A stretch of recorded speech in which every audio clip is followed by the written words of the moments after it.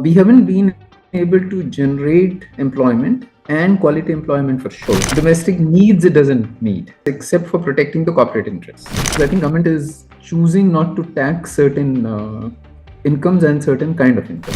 We shouldn't be taking pride in saying I'm selling so many cars and I'm selling so many bikes. I should actually be taking pride in saying I'm reduced the number of so many bikes from the road, or I've reduced so many cars from the road. Therefore, the state's ability to choose a particular path for resource mobilization and then resource allocation gets compromised. The government's arguments are a little misplaced. I don't mind saying poor. Hello and welcome to the New Union Express.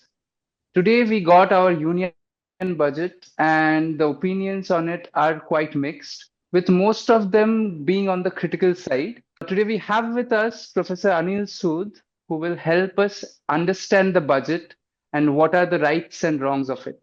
Welcome to the show. Thank you, Archon. Thank you very much. It's a pleasure being with Okay. you. All right. So I won't get into the questions first. I would like to have your take on the budget. So please go ahead. What did you think of the Union Budget 2027? I think it's business as usual. I was expecting the government to remain focused on fiscal consolidation. I was Right. hoping they won't focus on that, but you have a sense saying they will do, and I think that's what we have seen. Mm. Government has said that our fiscal deficit is going to be lower than earlier, Right. which is 4.3% now against 4.4% earlier. Uh, we Right. were also expecting a few big announcements to come, which is largely around technology, which is AI, and then semiconductors. All of that was expected to my mind. So we do have those announcements too.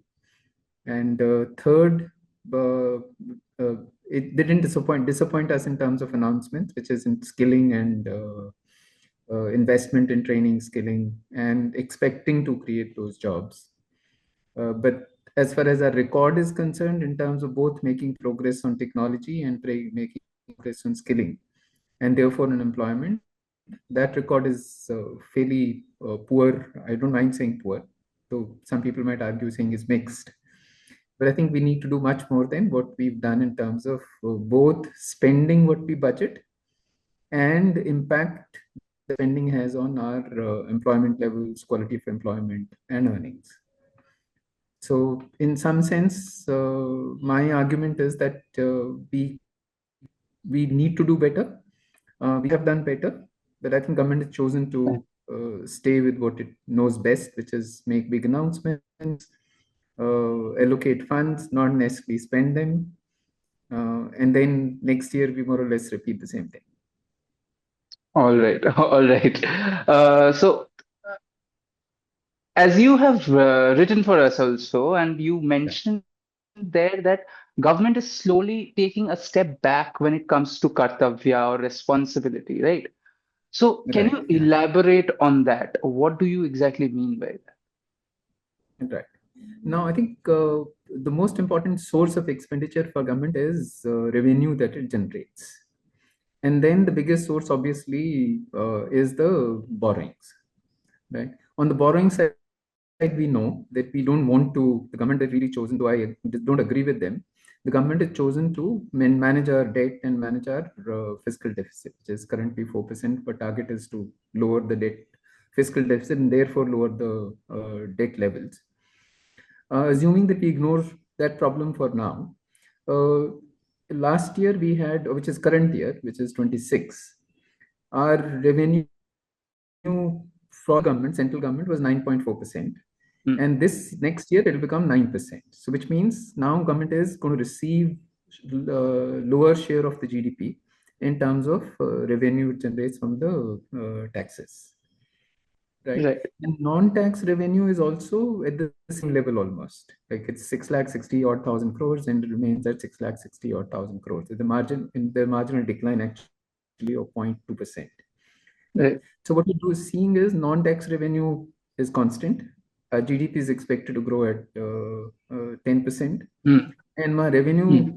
as a percent of GDP is remaining constant, which means growth in revenue is declined, which is lower than GDP. Right. Part of it Right. is because personal expenditure or personal taxes were cut last year. That will have some impact next year also. But partly it is because I think government is choosing not to tax certain incomes and certain kind of incomes. All right. All right. We'll shift to the next topic, which is Yeah. what you spoke about the budget catering to global agencies, rather, global rating agencies. Can you explain for our audiences what does it mean? What exactly does it mean to cater, like having a budget which caters to the global agencies, and why is the government doing that? Right. Okay. That's we basically are concerned about our sovereign rating. Right. Though we're not borrowers in the international market, open markets. Government of India doesn't borrow in the international market, but our corporates do borrow. Right. So if our Right. sovereign rating is lower or low, and then obviously the corporate rating is capped by that. So if sovereign rating increases, the corporates who are doing well, large corporates who are doing well, they'll also be able to raise money, foreign exchange or foreign money at a lower rate. And then, of course, most of these agencies are very worried about the government debt, right? Mm. Because if the government debt is high or fiscal deficit is high, and we run trade deficit, which is pretty large, and we also run current account deficit, foreign exchange rates, which is our rupee rate, becomes more volatile. So most foreign investors don't like that, and these agencies represent these foreign investors' interests. So therefore, obviously, they expect you to manage stability on the forex rate so that the investors don't get hurt. And Right. they also concerned about saying if the the sovereign rating is low, then corporates can't borrow at a lower rate. Right? This is the reasoning. Right. And to me, since government Oh, doesn't borrow in the international context, I won't worry so much about any of these issues which the rating agencies are concerned about.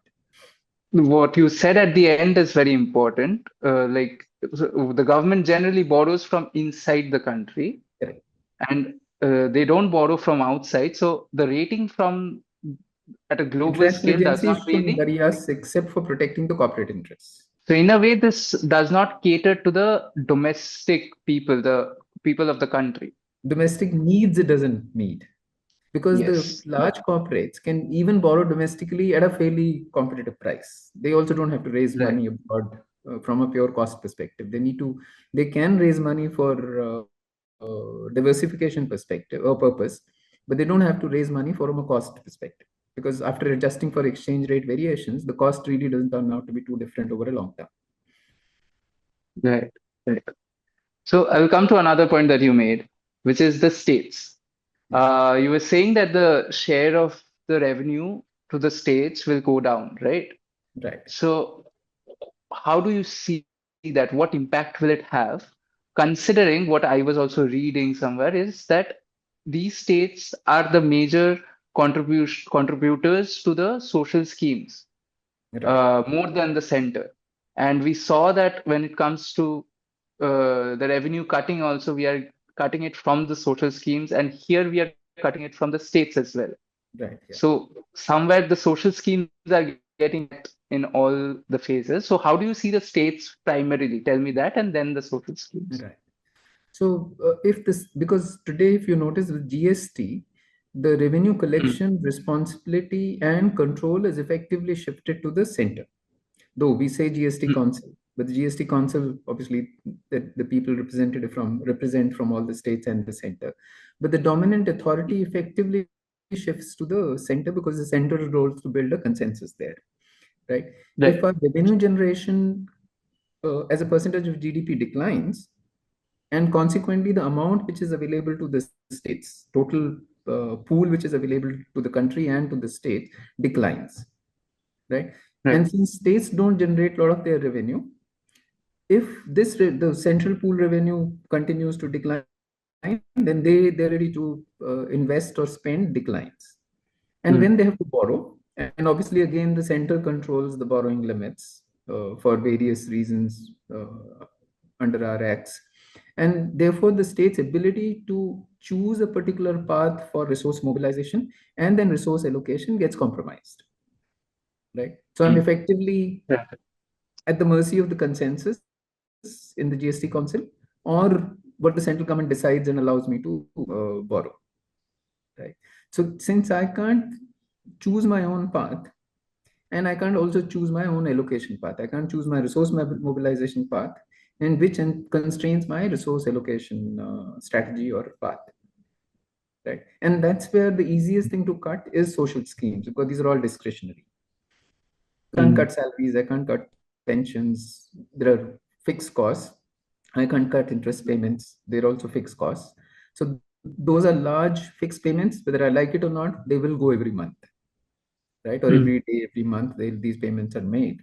So the only discretionary component in the expenditure is the welfare expenditure or social scheme expenditure.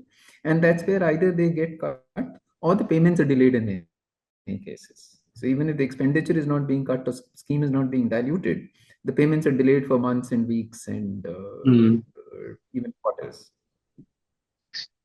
Right. And as you said, it's easier to cut. We saw that Manrega was removed, and there was this expectation that we will get to see something more on the VVG Ramji scheme. But we didn't get any. What do you think about it? What is going to happen there? I think to me, the government's arguments are a little misplaced. The central government's argument or people who are making these arguments on their behalf are quite misplaced. We haven't been able to generate employment and quality employment for sure, even if I take numbers as given, saying our Mm, employment levels are high, but the quality of our employment is particularly poor, right? Because a lot of mm, it is self-employment, a lot of it is unpaid work or very low paid work.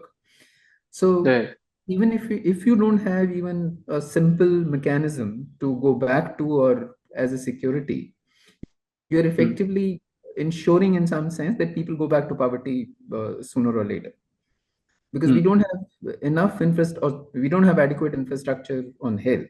So if there's a family which suffers as a health episode and typically goes into debt, right? We've known this is a known problem for years, mm, and it hasn't got really better over time.